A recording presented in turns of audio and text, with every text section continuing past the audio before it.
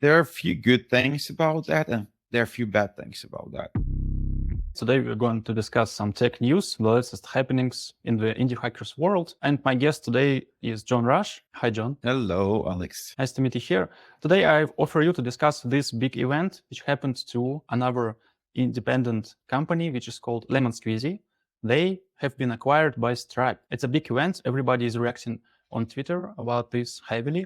They have hundreds of quote tweets, hundreds of retweets. What do you think about this? There are a few good things about that, and there are a few bad things about that. I will start with good things. I think the best thing is that we can see that indie makers can actually sell their startup to famous corporations or famous startups. We don't know if it's a lot of money or little money, but I guess that is really good deal. I'm pretty sure it is really good deal.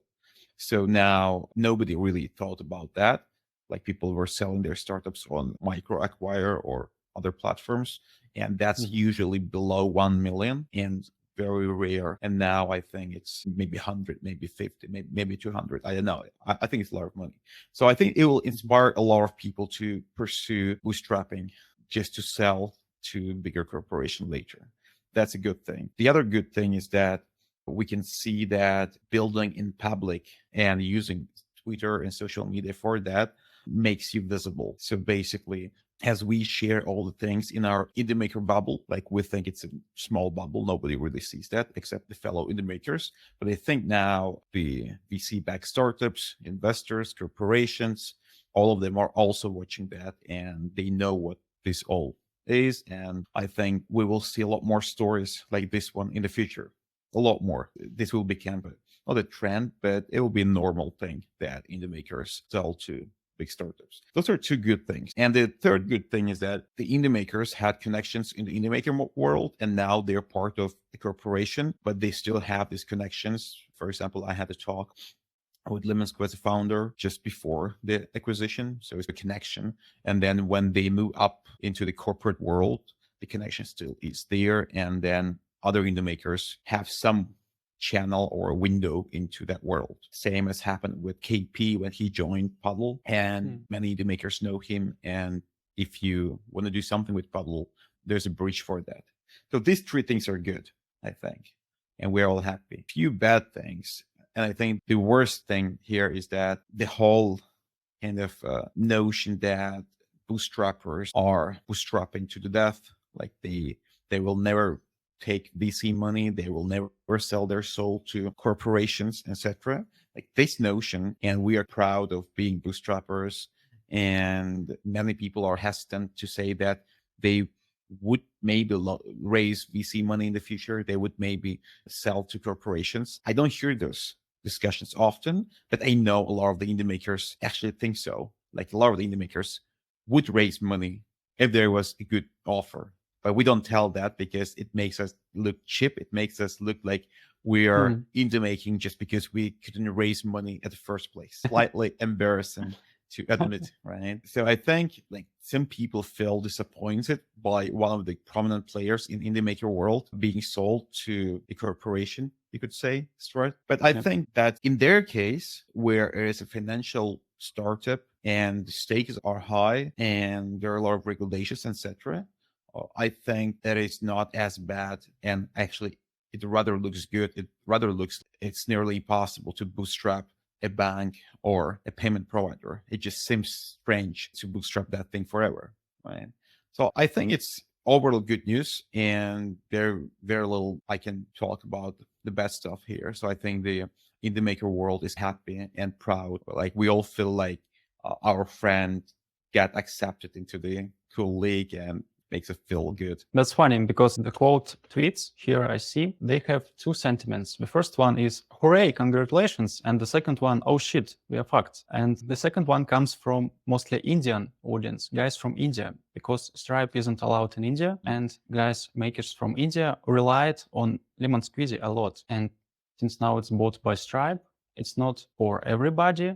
Maybe technically it still is, but it feels like they are turning into the West countries, the same way Stripe did. What do you think about this? Yeah, that's a good point, actually. And I thought about that point too, that people saw Lemon as a good guy that's down to earth and that lets everyone use it, that kind of makes it easy to use for those who are in developing countries, etc. So I think that's true. But from other hand, my guess is that Stripe actually wants to use them to serve those countries forward, and they will not stop that because Stripe itself won't let you use Stripe if you're in India. But I think when they put the extra level of KYC on top of Stripe, like a double KYC kind of thing, I think they want to that responsibility into other entities so that it's two different entities. One serves kind of safe countries and the other serves safe and unsafe countries. So my guess is that because otherwise it would be very strange for them to just buy LemonSqueezy and turn it into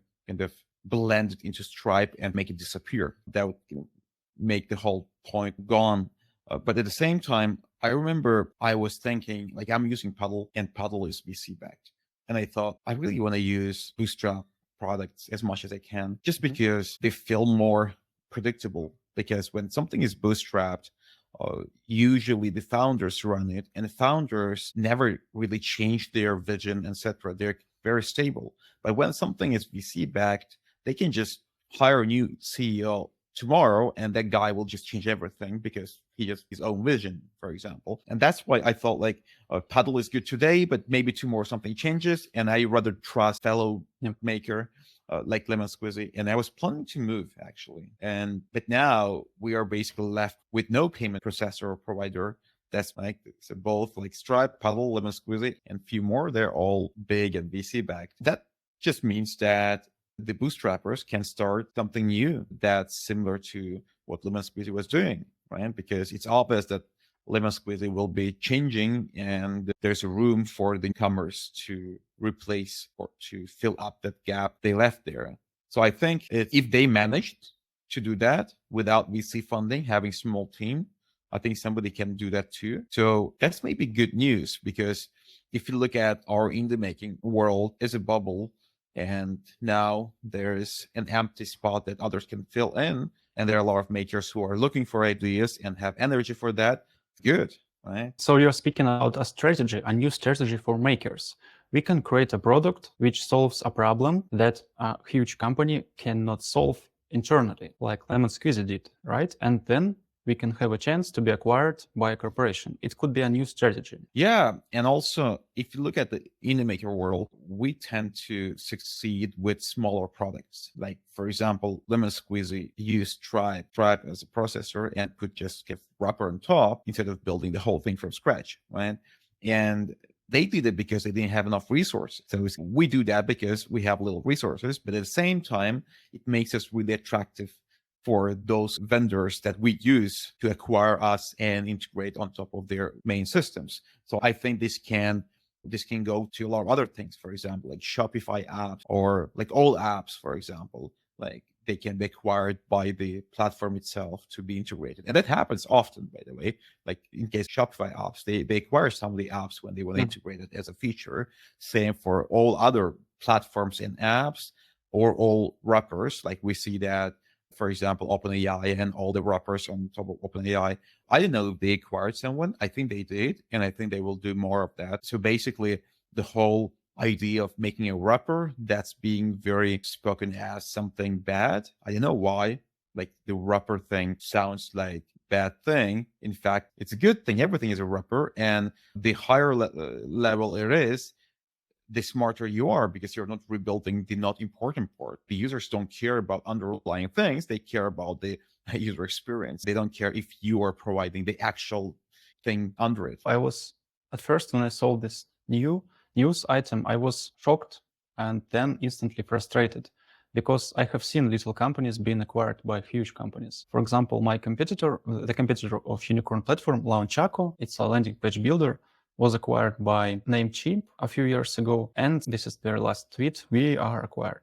And Namecheap said that they will integrate LaunchChaco, the website builder, into their ecosystem. And it sounded so nice. A huge company will acquire a small independent competitor, use their tech to improve their ecosystem. But Namecheap is Namecheap. It's a huge corporation with bureaucracy and managers who only can do management, not real things. What we did is nothing. They just put a redirect and that's all. Like, you can't use Launchaku anymore, it's dead, and nothing happened. I'm afraid that Stripe, being a huge company as well, can follow this path. Their managers will just leave it as it is, and eventually LemonSqueezy will die. Can it happen? Yeah, you're way more pessimistic than I am, but actually, I share your pessimism because if you look at the success of acquisitions, if you look at the actual analytics and statistics, the numbers there are same as for everything else. Like most of those transactions fail, same as most everything fails. And this, like today, someone posted, I think it was Stripe too, like Stripe acquired 40 or 50 companies, and most of them, nobody remembers them anymore. So I would say at least 90% of all acquisitions kill the whole underlying product they bought. Wow. So we can say that. And with LemonSqueezy, there's a chance for that. But I believe this case is slightly different because there is very important reason why they were acquired. It's because the entire internet has been asking Stripe for managing the tax, and Stripe didn't know how to solve it because it's not easy. And now they bought LemonSqueezy just to offer that part too. So it's pretty obvious why they bought them. And it might well be that LemonSqueezy itself will disappear and Stripe will just launch this as a feature within Stripe. It may happen because their main key message about acquisition was about merchant of record rather than about all the other things LemonSqueezy does. But I think it means that the people who work at LemonSqueezy, they will be building this stuff within Stripe, which is probably good for everyone because we will all win if Stripe can handle the taxes, because right now that's the biggest unanswered question of in the maker world. Like I've never seen any conclusion on that. So I think like most of the makers simply ignore the tax and hope for the best. And it works, and it worked for decades. Okay, so your point is that Stripe wants to do the merchant of record services. This is why they acquired Lemons. But having MR isn't the end goal. The end goal is what? Stripe wants to reach new audience or what? I don't think they want to reach new audience. I'm not sure about that. I think they rather want to just make sure that they stop this wave of M or R products being launched, like Pedal, LemonSqueezy, and there are a lot more, by the way. They're just not that popular, but I keep seeing them often. And Stripe understands that the one who has the relationship with the customer owns the customer, and most people who use LemonSqueezy, they don't even know that Stripe is powering that. And it's not good for Stripe because it means that LemonSqueezy can just swap Stripe with something else at any point, and that's it. So we see now that a lot of the big players care more about the actual connection with the final consumer or with the final customer. And I think they just want to make sure that they have this tax service so that people don't look for other products that provide that. But I don't think they really care a lot about actually user base of LemonSqueezy. I don't think so, because those people know that Stripe exists anyways. It's not like people using LemonSqueezy that don't know about Stripe. Right? And that's why they would use Stripe if Stripe had the same feature, most likely. So I think it's like this kind of acquisition is purely about the team at LemonSqueezy that can help to build this whole tax handling system. I think that's their goal there. So it's an acqui-hire. I think you're right. Yeah, because exactly. there is a proof for your words, because 7 years ago, Stripe acquired IndieHack. Everybody knows this site, and it was acquired by Stripe, like entirely. It was a shock news too. And we were sure that Stripe wants to reach out to new audience, bootstrappers, indie makers. But what happened a few years later, Stripe unacquired indie hackers. I don't know what happened. They had this badge like indie hackers by Stripe, and they removed it. So Stripe shown us that they are not interested in the indie makers community anymore. So I think you're right. LemonSqueezy is not about the audience. It's about acqui-hire. Yeah, exactly. Because if you count all the transactions our indie hacker world had, it's probably lower than one of the clients Stripe had. One of the big clients they have has more transactions in volume than entire indie maker world, right? That's why they're not going against this audience. They will be fine if they get that as a bonus, but it's not the reason they went to buy it. Because if they wanted to acquire the audience, LemonSqueezy isn't the product that has the largest indie hacker audience. There are a lot more products having bigger audiences. But again, I think I still like the good part of it.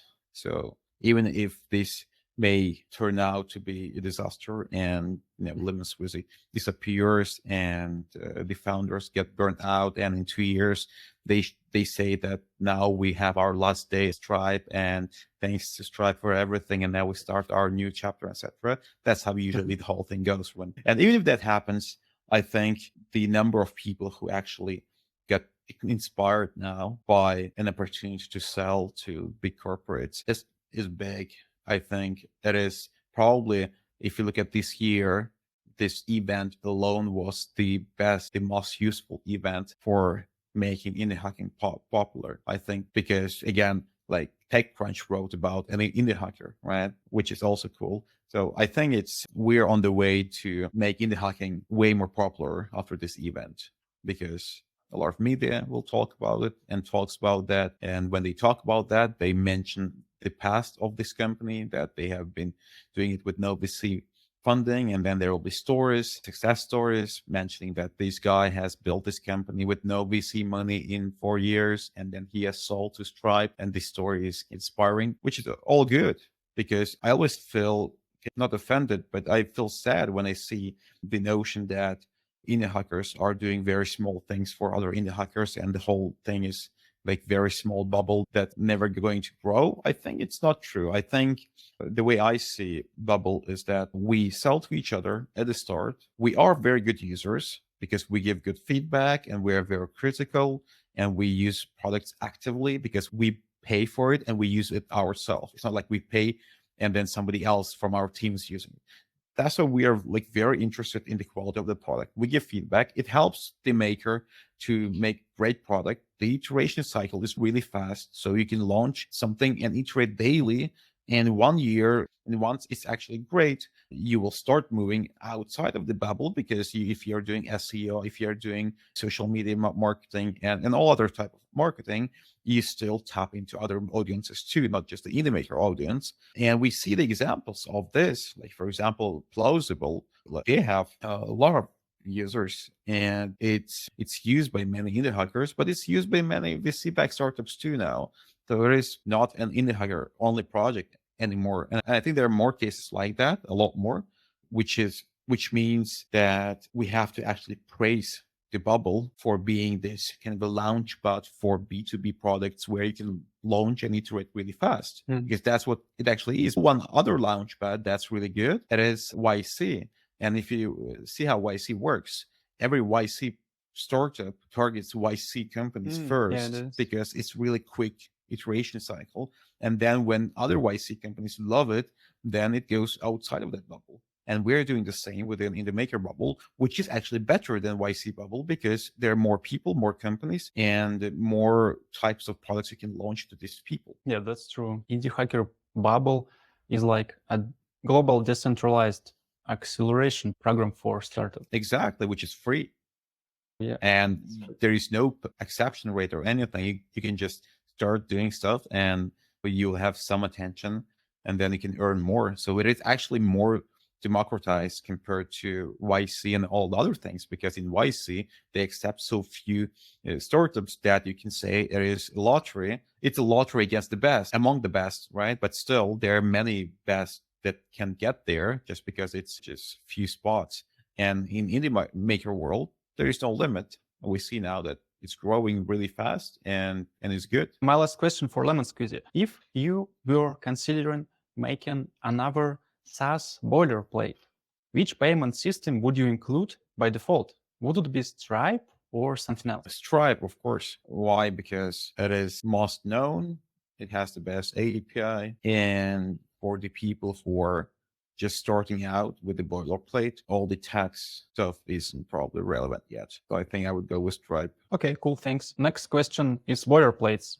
SaaS boilerplates is a hot topic today. Everybody is making one, mostly because people are inspired by the example of Mark, who created his Ship Fast, which is bringing him like 100K per month. What's your opinion about using a boilerplate as a framework, as a code base for your SaaS? Is it a good idea to use someone else's choices, decisions, code, or it's better to start from scratch? And is it a good idea from the business perspective? Should I, as a maker, start yet another boilerplate to earn money? Is it a legit idea? I think it's a great idea. I think boilerplates are the best thing that happened to the indie maker world and to the startup world. I think we will look back at this time when this whole thing started as the time when the speed of innovation in SaaS world has not even doubled, but maybe 10x. And we see that things are moving way faster now. And it's not just because of AI. AI is not that much used in coding yet, but the boilerplates are very useful. So I think both sides are doing a great job. I think the people who build boilerplates are smart and it's a good idea. I think we will see that the boilerplates will go from being generic as they are now, like SaaS boilerplate. They will go into becoming more specific. For example, there will be one for no code landing page builder. There will be one for PM tool. There one will be for a chat. So basically there will be a lot of, I call that thing micro app. So there will be a lot of micro apps or SaaS types, and people will make a lot of boilerplates for those so that it's even less work to do for the users of the boiler. So that's like those who started first, like Mark, and he made generic one. He will keep that spot. He will be the leader of that. But if you're building something new or you're a new maker who wants to build a boilerplate, don't do the generic one because there is one that's cool and everybody knows, and you will not win that audience against Mark. But if you make something for specific niche, you might win. Like, for example, now I saw a boilerplate for building directories, for building Chrome extensions, for building iOS apps, like all of those. Like I see them on Dev Hunt, they launch there very often, and they're pretty popular. They get upvotes, and people say they have MRRs. So it seems like most of them are actually making money, which is surprising because even 5 years ago, I wouldn't imagine developers paying for someone else's code because developers were way more arrogant in the past, but now things have changed and it seems like people are not that arrogant anymore and they don't want to spend a year building stuff. They want to save their time. And the users of boilerplates right now, we don't really have any outstanding use cases where somebody bought one and made $1 million, but we have pretty average cases. If you look at the Mark's leaderboard, he has very good numbers there. Plenty of customers of his ship fast who are doing. That's why once we see someone who is actually making $1 million on that, then there will be a reason for the content to be created around this story. Like this guy has saved hours by using the boilerplate and made millions. And this story will inspire a lot of other makers to use the boilerplate too.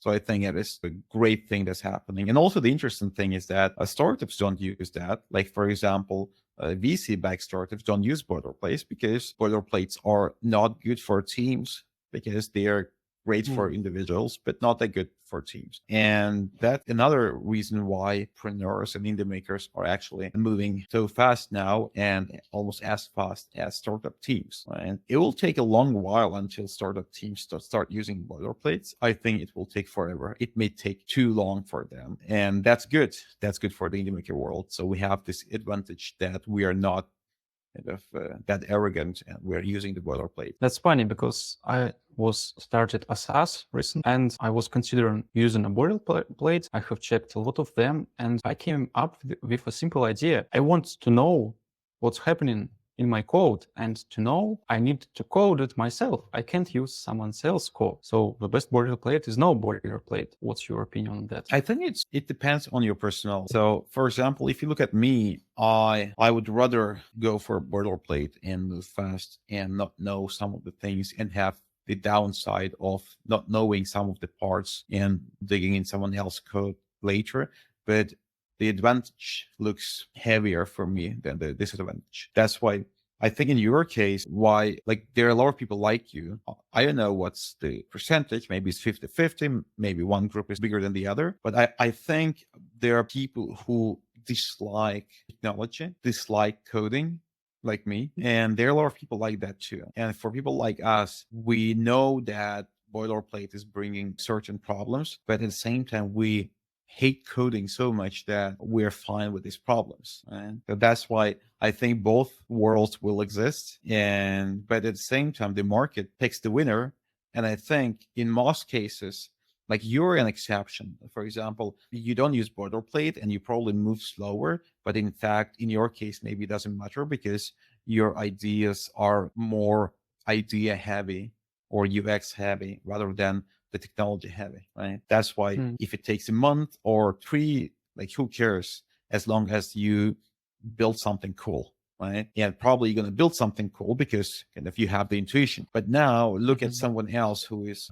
not experienced maker, and they have to build a lot more technology. They have to do a lot more iterations. And for them, moving with a speed of 1 iteration a week versus 1 iteration a month means 4x difference. And that means that they would probably get somewhere within a year with the boilerplates, and now they need 4 years, and most likely 4 years is too long, and they will quit after first or second year, and they will never make it. That's why I think for the new maker population or generation, we will see that people who don't use boilerplates, they will simply quit earlier because they will not get their users. And now people don't have the passion. The patience, they will be more like, if it takes 1 year and I don't make it, I quit. That's what people like. I hear that often because people want things fast. And eventually we will have most people, like basically the natural selection will select people who use boilerplate and will deselect people who don't use them. I think that's what's going to happen. What about Mars X IDE? The thing you have been working for 5 years or so, when it will be accessible public, it will be basically a boilerplate generator, or can I call it? You can say that it's a platform to build boilerplates and to consume, because now all of them are pretty much randomly made and there's no system. And if you can't combine two, like that's one of the things, you can't take ship fast and then buy a few more and then combine their features, etc. Which means that the world has to have so many specific boilerplates so that one fits all my needs, which is almost impossible. Where in Mars, we have a lot of micro boilerplates, and then you can pick many of them and put them together and use them. That's the key difference. And in 2018, the funny thing is that we're seeing that it's very cool hype thing now, but I started this whole notion in 2018 when people don't even think about it. I think the word wasn't even familiar to most people. And back then, I already knew that the world will go towards boilerplates because we will see that the typical indie maker and typical startup founder of the future will be not the guy who is nerdy and who builds stuff, who is introverted, etc. It will be rather the people on the opposite spectrum. It will be the extrovert people. Why? Because the market will select them. Because like in the old world, the market was easy. There were very few people building stuff. And that's why usually the way people were known to the masses was either through media, like TechCrunch, etc., or through VCs or through accelerators. And all three usually picked the nerds. They picked the builders because those stories looked interesting and romantic. But now in today's world, we don't have the third party that picked the winners.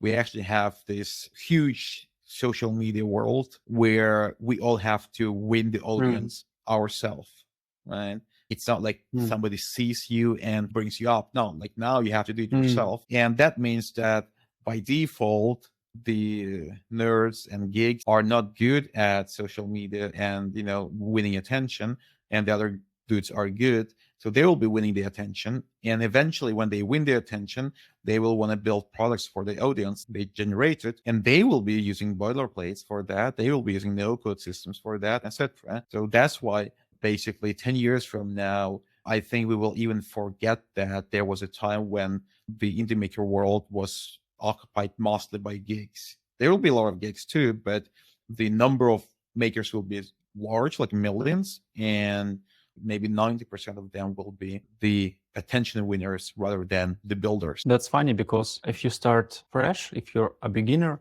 you look at this landing page of Mark and see these all catchy phrases like, oh, you need to build next of Google login. Oh my God, check out. This is all I need. It's perfect. My SaaS will be great. And you start using it. And from my perspective, as an experienced maker, I have built a SaaS. I look at this and I see that there are hundreds of things missing, like rate limiting for API requests and RM for databases, many things that I have to take care about. And I'm sad because it blocks me from using this. I know that this thing is not for me. It's because I know a lot of things. I would love to know nothing. I think it's a huge advantage if you are a beginner and you know nothing. Yeah, that's true. If you're a beginner, you trust someone who is experienced. And even if this thing is missing a lot of the things, you still have some things which are not missing, right? So you're still starting not from zero, but higher up. And I think the key difference in the audience, like you're not the audience of this product because you know what you want to build. And most people who are in that audience of ShipFast and other boilerplates usually don't know what they want to build. They just want to build something. They want to have this first experience of them launching something to the world. And when they use the boilerplate, they have this magic moment really quick. Like in a week or 2 or 3, they already launch something that's cool and nobody needs that, but they have this aha moment where, all right, I can actually launch something on a domain and it has a brand and I can start working on the SEO things.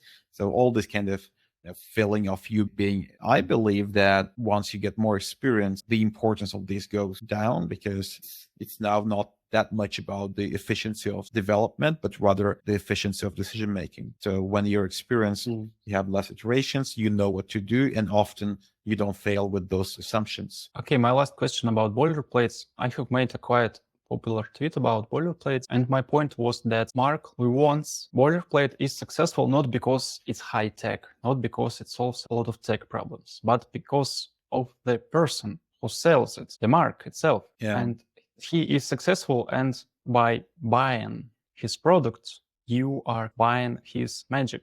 You want to be like him. You want to use his tech stack to be successful as well. I said about this, I didn't blame him. I just sent this message to all the people who are trying to mimic his success. I told them that they first need to build a brand and then sell boilerplates. It's not otherwise. And my last question, is it okay to sell things like SaaS boilerplates using these phrases, earn money fast, make your money online, because there are lots of tools also popular, such as T3. It's a free open source boilerplate, which does almost the same thing, but its sales point's not about money, but about some geeky stuff, tech. It's full stack, not all pocket of money. Here it's startup, here it's app, different message. What do you think? Is it ethically okay to sell boilerplates? Because actually, from the technical part, a boilerplate isn't solving much problems. It's not making you that fast as it claims on the landing page. Yeah, I think it's you touched several sensitive topics now, and we have to be careful discussing this. So the topic number one, when the maker is famous and the maker sells anything, the audience often buys because they feel like they want to be more connected to this success of the maker. And if you buy his product, you're more connected. And if you do what that maker does, maybe you also will be as successful as the maker. And this is something that drives the marketing world for decades. They show an ad where James Bond is driving BMW, and then you want to buy BMW because you want to be like James Bond, right? You want to be cool like him. So I think there's nothing wrong in this method because it's used literally by every brand. They always try to put something in the ad that makes you want to be like that person in the ad. And that's why you buy that thing. And like, for example, Apple says, be different. And if you want to be different, buy this. And then Mark says, be successful. And if you want to be successful, buy this. Both Mark and Apple can guarantee that you'll be different or you'll be successful when you bought this. But again, people can't also guarantee that you will not be successful and you will not be different if you buy this, right? So it is impossible to prove one or the other. And that's why people have to make their own choice. And I think IndyMaker or the whole entrepreneurial world, it's not just about determined things. It's not just about success and going from A to B and knowing where you're going.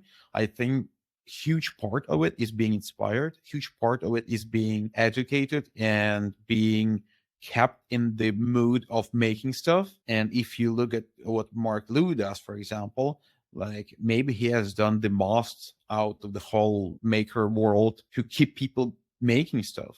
even those who never bought anything from him, still he makes it cool to keep doing this stuff. So that's why I think there's ethical, because people have their own eyes and brain to make decision. And sometimes some people may argue that they are misled by reading this message, and they think that if they buy ship fast, they will actually succeed just because they bought it. But I think whoever who actually says that is lying, because it's impossible to be that, I don't want to say dumb, but it is Naive. yeah, it's so naive that I can't believe there's anyone in the world who actually can truly think that, unless they want to just make the point and hate somebody, etc. Because that's how the whole world works, right? It's not like it's the only thing in the world like that. So we are used to this. We have learned this since we're adults. That's what we know how it works. So the good part of it overweights the bad part of it by far, by a huge far. And so that's about the first part of the question, whether it's ethical or not. I think it's ethical. I think any method is ethical. I think anything is ethical as long as it doesn't say that you have 100% guarantee of something. For example, there are some people selling courses saying that if you pass this course, there's 100% guarantee you'll make 10K a month. Or there's the YouTube videos about that. Like, that's pretty much just lying. But in his case, there's no message like that. So that's the first part. And I want to cover the second part. So what was the second part of your question? The first part was about ethical, and then you asked why. Oh yeah. So you said that other people should not start same thing like Mark Lou, because even if they make as good boilerplate as this one, they will not sell it because they don't have a brand. And you showed this free tool that does the same thing. I think that it's not true. What I mean is that I haven't really seen yet bad product being good products not being used. There is a notion in the market. I will say very unusual thing. And I think many will not agree with me, but I still want to say that I never seen great product without users. Every time somebody says they have a great product and they have no users just because the users are dumb and they just buy whatever shines more, etc., I don't believe that, because I never seen that yet. And I try a lot of products. I try more products than anyone on earth, probably, because every day I try new products, even for the stuff I already have, just to learn more. And why is this? To build a great product, you need the users, and you need their feedback. You need to be great at communicating things. And people often think that the people who are good at marketing are just good at marketing and that's it. But that's not true too, because the best makers are good at marketing, and they are good at making great UX, because it's almost like a marketing. Like, you have to use very few words and elements and explain your product, not just on the landing page, but also in the features. And you will never see the case when someone has crazy good UX and terrible landing page and the other way around, because it goes together. That's why when you see really bad landing page, you can surely expect really bad of the product, like 99%. And that's why you show that free product that's, you say it does almost the same thing. I think it's same as saying that a Chinese phone looks the same like iPhone, and therefore why would you pay so much for Apple and not for the Chinese phone? They look the same, they have same RAM and CPU and etc. But the reality is that the details make the whole thing very different. And I think, I haven't tried ShipFast, but I'm pretty sure that or in this case, the DX, the developer experience of ShipFast, is way better than a random open source tool, because the open source guy has just made that and he put it out. There are not so many users, and the chance that he made just incredible thing from the first try is very low. He has some iterations, but the iterations Mark has, he has 1,000 times more feedback and iterations. And when he actually improves something and launches, 1,000 people would just tell him back immediately if it's good or not, and try to compare these two products. So his product will be far better. That's why I think the market is the best thing we have. It always picks the best, and people think it picks the best or the reach or the best marketing, maybe in the VC world. But in the bootstrap world, in the poor indie maker world, where there's no money, where you can only win love by doing great marketing, the real marketing, not where you buy with ads, but the real one, I think there is almost no chance bad product can climb on top. And there's almost no chance great product cannot climb up, because if it's a great product, then the founder is great at communicating the stuff, and then people will read that person and his profile will go up, etc. So it's very just. There's very little unjust. It's very fair world. Great thought. Thanks for this. And my last topic for today is your latest tweet about Europe and location. US. Yeah, about US, and you compared it against other countries, cheaper ones. And you said that in the US, you have to earn much more money to live, to pay your bills. So it's super hard to do bootstrapping, because you can make 15K as a software developer and live your life, and you will have to boil an ocean to make 15K per month by boot. So Yeah. you offer Europe as an alternative, where you have some insurance, healthcare, education for free. Why Europe? And why is the US have any chances to become more popular among indie makers in the long term? Is it possible for Europe, or is it possible for the US to have more indie makers? Is it possible for countries such as Canada to do the same?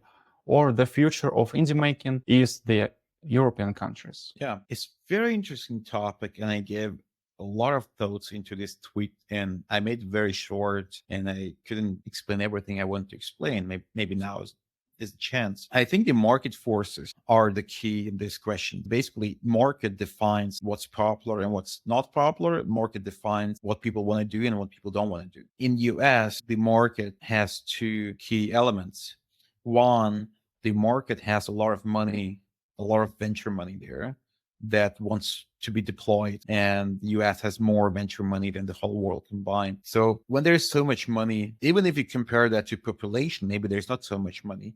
But if you look at what's happening in a typical founder head, he thinks there's a lot of money. He thinks the money is available, even if it's not. Like, the odds of raising money in US are actually lower than raising money in Europe, because there are more founders in US. There's more money in US, but there are more founders for that money. But people don't think that way. People think that I see people raising money very often in every city, especially in Silicon Valley. Therefore, the chance is high. And the demand creates supply. So the demand is the VC money, the supply is the startups raising the VC. And that's why in US, in order to be someone who doesn't want to raise VC money and wants to go the indie way, it would be very strange. It would be going against the market. It would be actually wrong. You can't really justify that, besides saying that I just want that. But there is no justification for that from the market and quality and company and technical perspective. It's like a religion. You can say, I just want to be bootstrapped.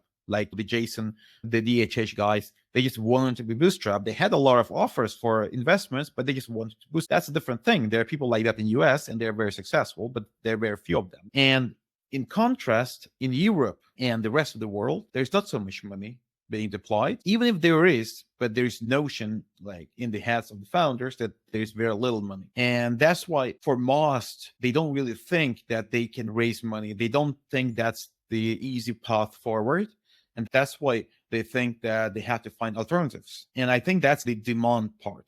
So that's one part of the story. Then there's the second part of the story, which is what kind of startups do better in the future world. And in the future world, we already have the signs of that today, that startups that do smaller thing win against startups who do wider thing, right? And startups who do smaller things tend to win against startups who also do smaller things with VC money. Why? Because those who have VC money, they talk to users less than those who don't have VC money. Why?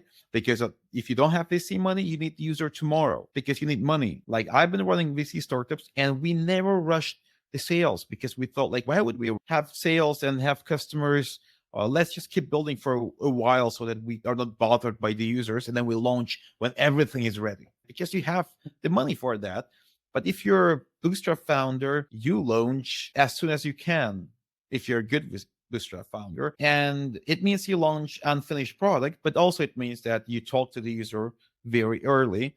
And then again, your path is you launch, you talk, and you iterate. And the other founder of VC founder start, they keep building in a bunker with lots of people who think they know everything. They launch, and then it doesn't work, and then they start paying for ads. They kind of grow somehow, but it's different. In today's world, we can see that paid growth sucks. 10 years ago, paid growth was amazing.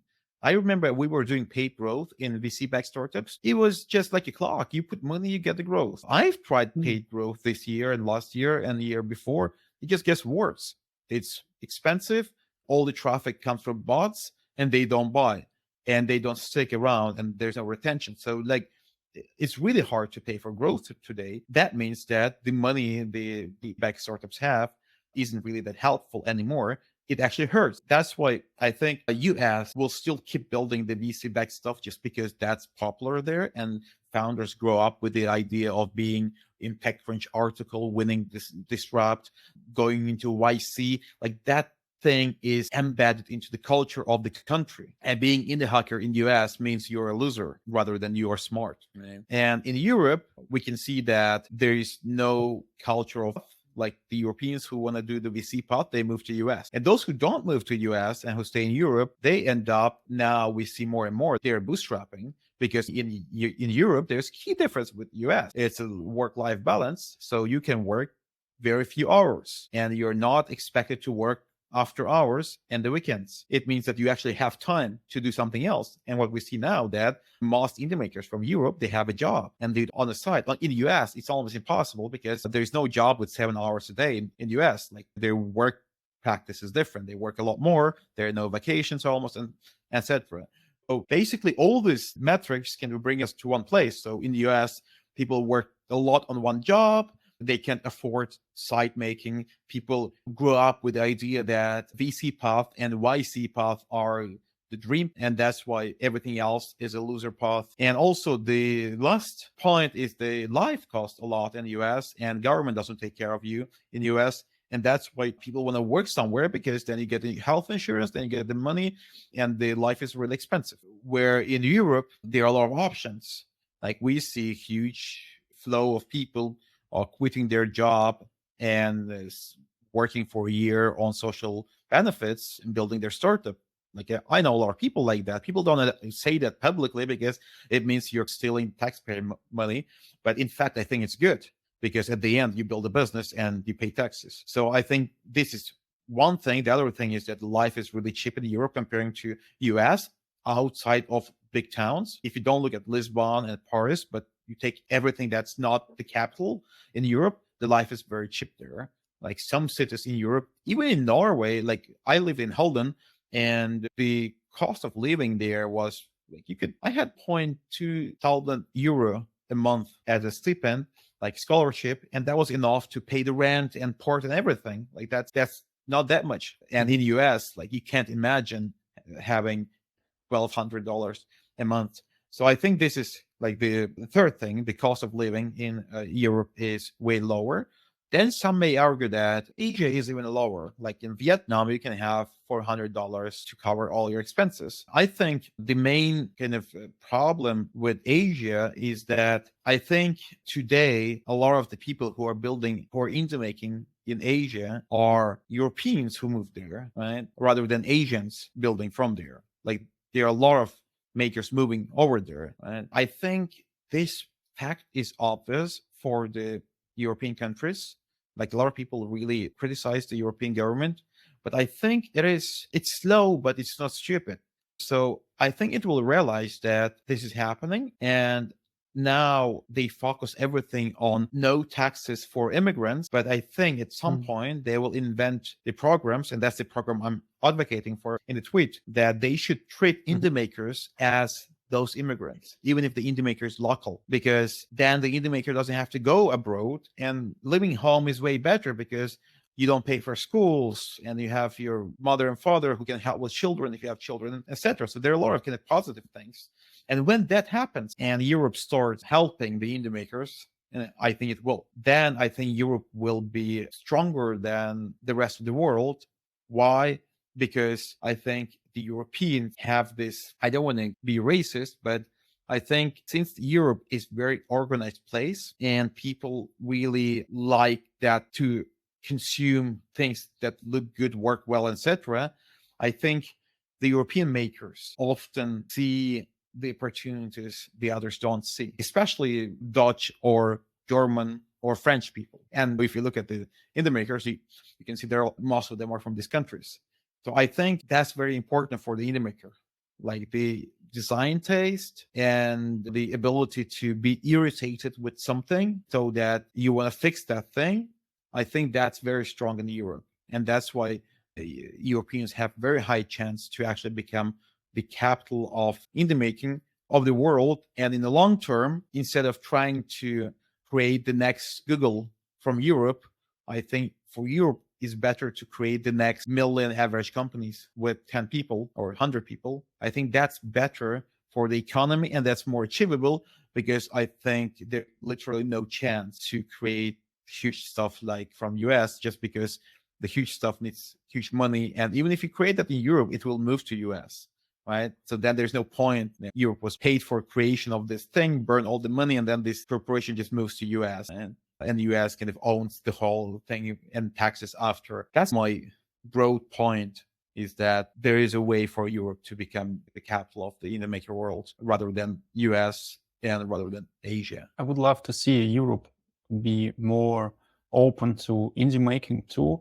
but I think today Europe is at its very first baby steps at figuring it out, because I was talking to Dagobert a lot about this. He is an indie maker from France, and he said that being an indie maker in Europe is terrible. It's super hard, mostly because people just don't understand the concept. What is indie making? He used to say people, hey, I'm making startups, right? What do you do? I do startups. So you do what? And he said, I'm building an IT company. And the next question was always, oh, so you're a businessman. How many people have you in your staff?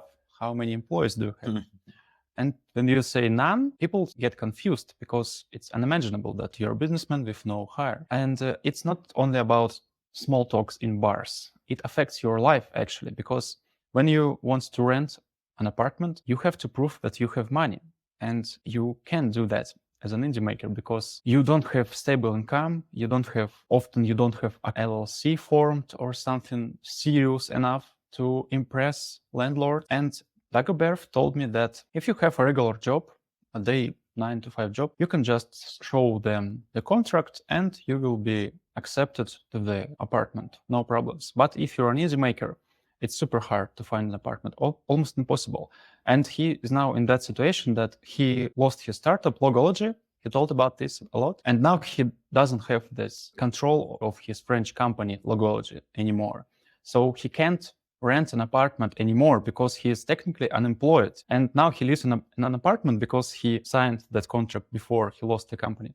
And if his current landlord decides to sell the apartment and kick out Dagobert, won't be able to find a place to live in France. This is how it is hard to be an indie maker. You can't even rent an apartment. So it's really far from being innovation cradle for indie makers. And I'm hoping we will be accelerating this movement. And thanks for you for talking about this a lot. And I think it's super important to talk about this and drag politicians in this discussion as well. I know that in Portugal, this guy, prime minister or somewhat, he attended Web Summit and talked with startup guys a lot. So he's open to this, to do some tax reducements for startups. I think it's possible, but it will take time and effort. I see it as is for us because, for example, all these problems can be solved by making product around it. For example, there was this startup called Safety Wing, for example.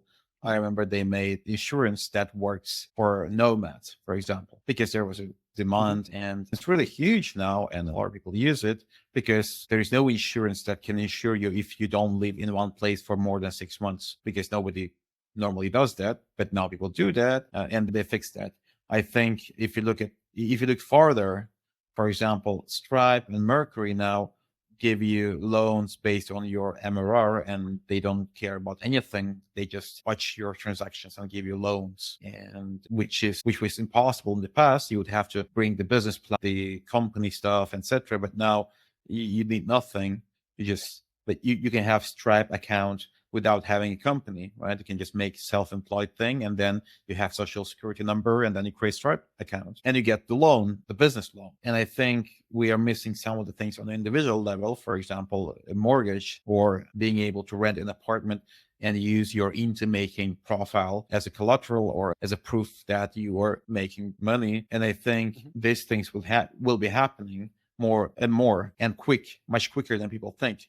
I think people often think that things go with the same speed they were going before. People often think that if things took 10 years for these things to happen, then it will take 10 years for similar things to happen again. But in reality, the nature of things happening is different. So usually it takes forever for small things to happen, and then things accelerate and everything happens at once. And I think we're now in the moment when everything is soon going to happen at once. And I think one of those things is that a lot of the countries, like the good example is COVID. Like when COVID started and first country imposed restrictions on different things internally and then also to the flights, etc. A lot of the people felt like it will take years for other countries to adopt because countries are slow, because bureaucracy and everything. And 3 months in, the whole world, even Ganduras, like everything in the world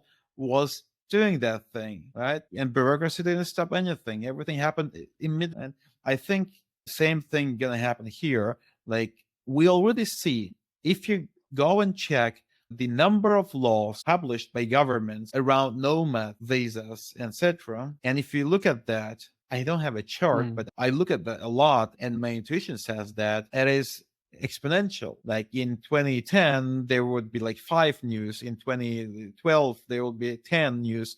And now there are like hundreds of news, like from all the countries.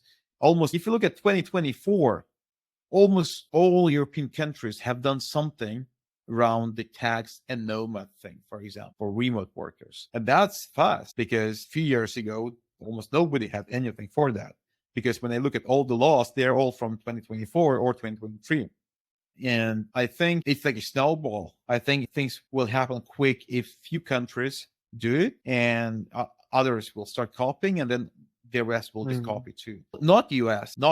I think US will do nothing in that topic. And I know why, because US doesn't have a problem of immigration. They have enough people coming in, and a lot of people complain that it's difficult to move to US. But the reality is that it's same as it's difficult to get to Stanford. Yes, it is difficult, but Stanford is full every year. US is full every year too, right? So from US point of view, they have no problem. A lot of people come into US, and the harder it is to come in, the better people come in, right? Because you have to have money to come in, you have to have courage, you have to have decisiveness and things like that. So I think US is doing things as they were doing all the time. They had difficult immigration for 50 years and it helped them. But I think in Europe, they will do the other thing. They will simplify immigration for IT people and nomads. And now I think they will understand in the maker category too. Like they already do that. For example, now a lot of the nomad visas do not require you to have a job, and they require you to have, for example, savings. Like in Portugal, they have this new thing. Or in France, they have a visa for 4 years, like my friends are making now. This 4-year visa, and you have to just have a startup, not people, nothing, just startup. So I think by the end of next year, most countries will have these kind of rules, and then they will see the positive impact. And then there will be the last key decision to make for all countries, which they don't make yet, is to treat locals who are into making as those remote workers or immigrants. Give them all tax benefits, give them all these perks they give to the immigrants so that they don't leave to Asia. And when that happens, I think Europeans will not leave Europe, because you barely see someone who goes to Asia or somewhere and they're happy there after 5 or 10 years. Like, people want to stay home. That's obvious, because home is home. It's same language, it's family, it's culture, etc. And once you're turning 30, you suddenly want to go home wherever you are. And if you don't want to go home, you're probably not mature yet to become conservative and to think the roots. And I'm very sure that if we in the makers keep talking about this all the time for many years, every month, and we keep making social media bunkers around this, the politicians are also on social media. They're also real people. They will listen this and they will make the change. I think there is no better way to affect the politics in Europe now than social media. I think, and in the world, we see that social media is the strongest force, and we should use that force. Okay, that's all the topics I wanted to discuss with you today. Thanks for the party. Cool. Time went really fast. Yeah, that was exciting. Thanks everybody for watching this. We can do it more often if you want. If you have any particular topics you want us to discuss, please leave them in the comment section below. See you in a couple of weeks. See you again. Bye.